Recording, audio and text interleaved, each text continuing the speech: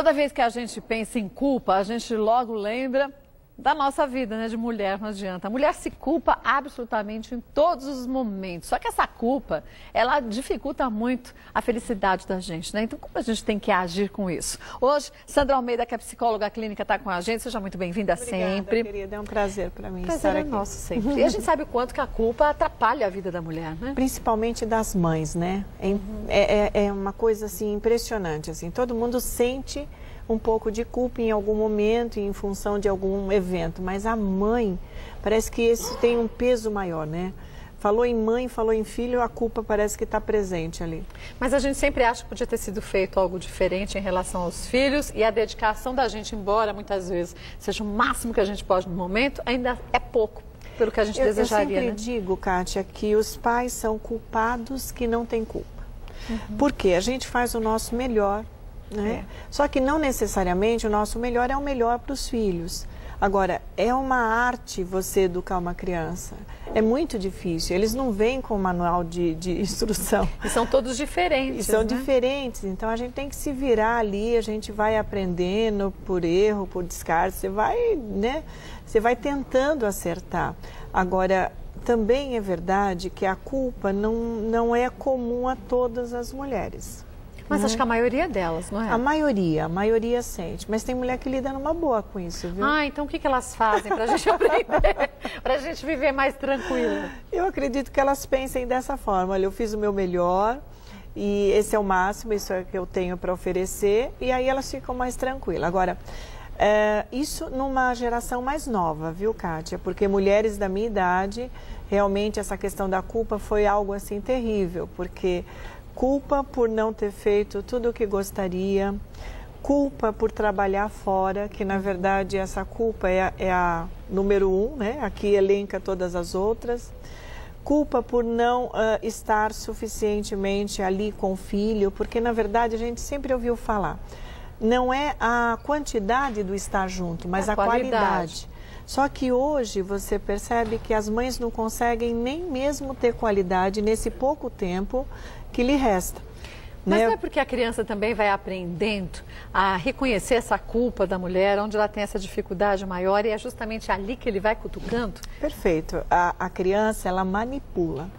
Ela sabe exatamente como pegar, monopolizar a mãe, manipular, porque ela percebe.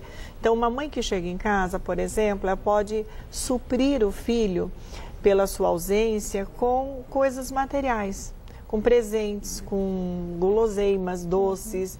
Então, eu acabo fazendo tudo o que meu filho quer, porque, na verdade, eu me sinto culpada. Eu não estou por inteiro, eu acredito não ser uma mãe suficientemente boa.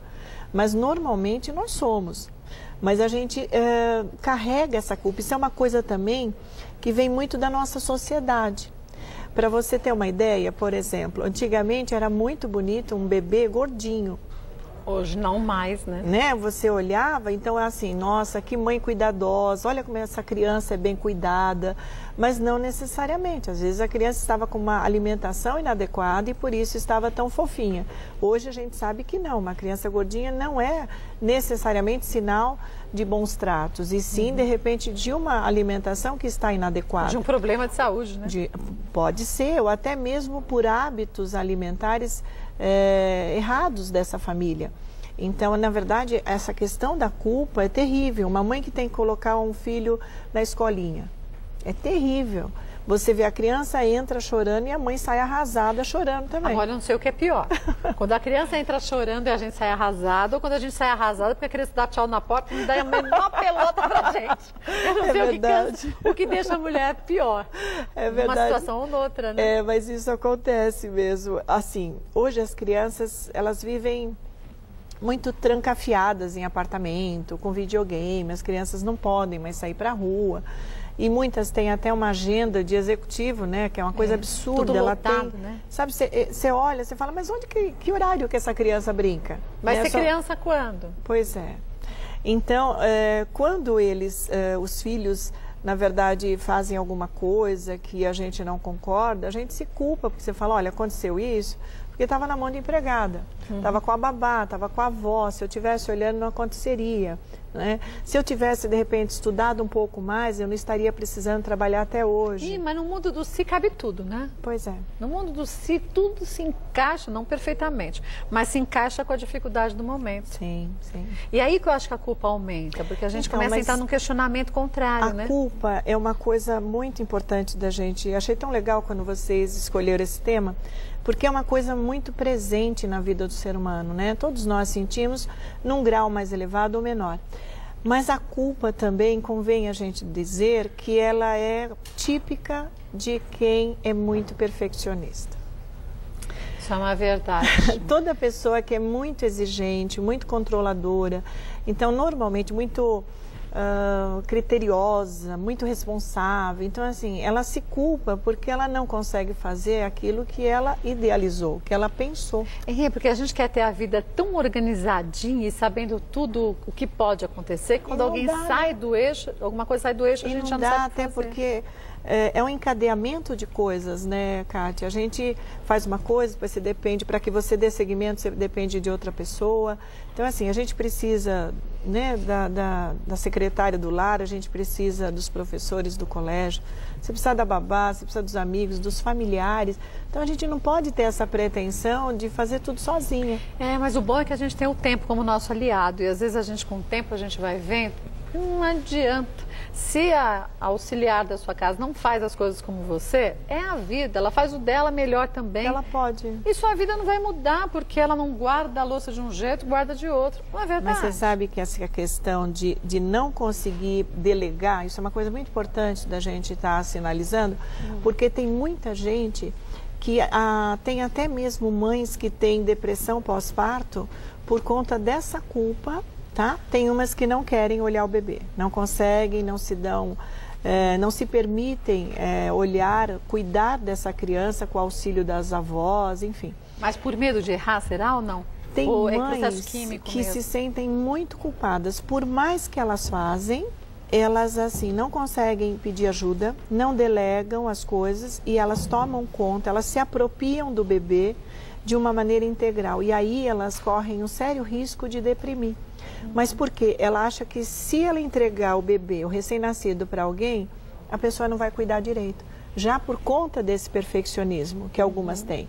Normalmente o que você vê é isso, são mães que deprimem, não querem olhar o bebê e assim precisa de cuidados médicos, né, de terapia, mas também tem mães que se sobrecarregam porque elas querem olhar o bebê 24 horas, noite e dia, e ninguém aguenta, né, Kátia? Ah, ninguém aguenta, mas é tão difícil para a gente nessa hora ter uma visão mais ampla. Por isso que é importante, muitas vezes, um bate-papo franco com alguém da família, com um profissional, para a gente falar das dificuldades da gente. Acho que esse também é um ponto. A gente se sente muitas vezes fragilizado em a gente comentar com os outros aquilo que a gente não sabe resolver, Justamente, né? E as crianças hoje estão muito espertas. Então, eles sabem pegar, assim, nesse calcanhar de Aquiles, assim, bom, você chegou, trabalhou o dia inteiro. Bom, eu sei que ela tem culpa por não ter estado comigo, eu vou pedir um presente, ela não vai negar. Quando a mãe tem, tudo bem. Quando ela não pode comprar, e aí? Né? Ou menos quando a gente tem. Você pode estar numa vida um pouco melhor agora, já trabalhou bastante para isso. Mas será que esse presente, ele vem porque a criança de fato quer ou é um prêmio para ela por conseguir enxergar a dificuldade da mãe? Como ela vai encarar esse presente, né? Por isso que é muito importante, desde cedo, colocar limites. A gente precisa dizer, olha, hoje eu posso comprar, ou então nesse momento que você está pedindo, eu não tenho dinheiro. Ou não faz sentido. Ou então assim, não faz sentido porque não é aniversário, não é dia das crianças. Por que que você tirou boas notas? Não, você deixou seu quarto em ordem. Por que que você acha que merece isso? Um ponto desse, eu acho, que é a relação da criança com o celular hoje em dia. Para que uma criança tem que ter celular e celular do último modelo? Você fala, mas uma criança, para que celular?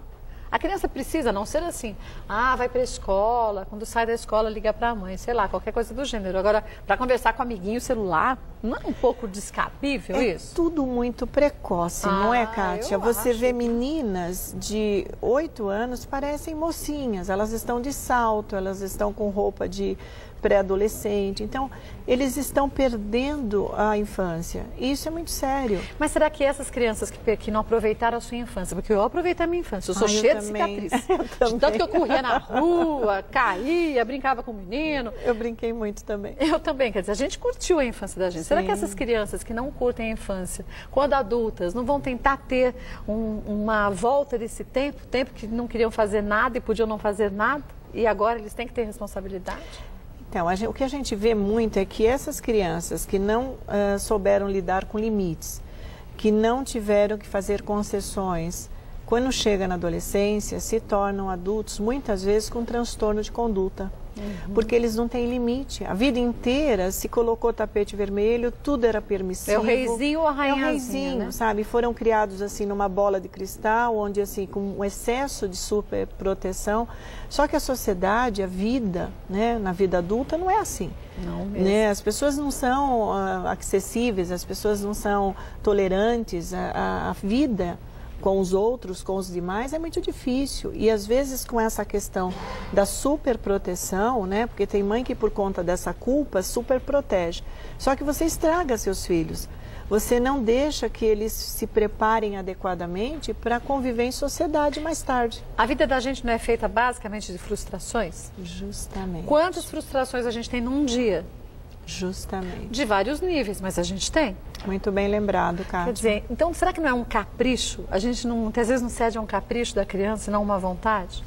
Mas você sabe que tem mães assim, como elas não tiveram alguns benefícios na infância, na adolescência, elas querem suprir e fazer tudo pelos filhos.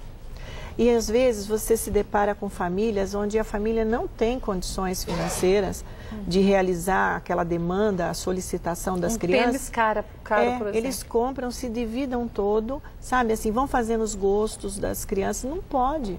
Os filhos têm que viver de acordo com o orçamento da família. A gente tem tudo o que a gente quer. Mas tem mãe que se sente culpada se não suprir. Mas aí é um problema. Você sabe que outro dia o doutor Moisés, um pediatra muito bom que veio aqui no programa, falava sobre isso. A gente não pode colocar os nossos problemas, as nossas frustrações no filho da gente. Justamente. Isso não é justo. Não. Porque ele é um outro ser. Então não adianta. Eu me sinto culpada. Ponto. Ele não tem nada a ver com isso. Justamente. Então, mas você vê muitas mães tentando, via os filhos, realizar alguns sonhos que elas não puderam concretizar. Né? E assim, e até mesmo idealizando uma coisa para a vida dos filhos que, de repente, como você disse, não faz parte dos sonhos deles. Então, a gente precisa ter essa noção de que nós temos essa bênção, que é tê-los, né? A gente, por um período, vai passar na companhia deles, mas que a gente não tem que dar conta de tudo. Primeiro, porque ninguém é supermãe, é bobagem pensar assim, é uma ilusão. Segundo, que os filhos não são nossos, né, Kátia? Não. Eles vão crescer e vão embora um dia, vão constituir família, né? Então é aproveitar o momento que a gente pode desfrutar deles e entender que as coisas são como são, a gente não tem como mudar o outro, né?